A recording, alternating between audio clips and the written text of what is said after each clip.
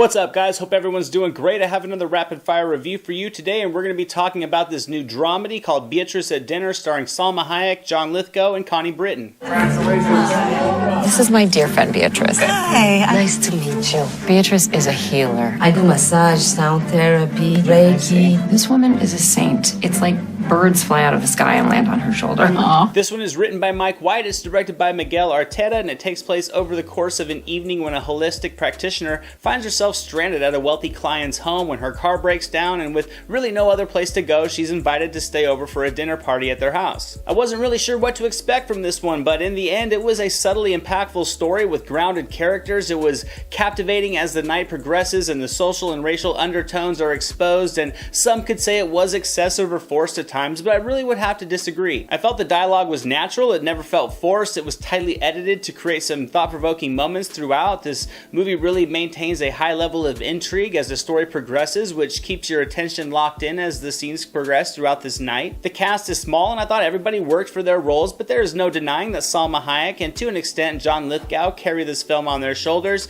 Mostly I would say Hayek, however, who in my opinion really brings in one of her finest performances and probably her best since Frida. I thought she excellently captured this role and you can really feel the internal torment of her character. I think you can really buy into the uneasiness that her character feels about the world around her and what her place is in it. She's a woman that has dealt with clearly a lot of grief in her past, and at the same time for her profession she spends a lot of time with the sick, but at the same time she still has a strong passion for life, and I think that was something that Hayek just delivered flawlessly with her performance. And I thought John Lithgow was also very good in this movie. He plays that typical mogul, more worried about dollars than morality, but Lithgow's smooth delivery just sells it with absolute realism, and he just had a lot of charm and energy with his performance, and it was all done very subtly. Miguel Arteta's direction was not flashy, but it was very crisp and effective. It creates an intimate feel throughout the choice of angles and camera movements during this film. He does a great use of blending lighting and just the coverage throughout the home that the story was set in, and it all just very effectively does make the viewer feel like a fly on the wall watching some people have a dinner as opposed to watching a movie. The film doesn't really force anything on you either, and it doesn't try to fill in every piece of information, and I can really appreciate a film that tells a unique story, a story that doesn't treat the audience like a child that needs to be spoon-fed all the information, and I thought the results were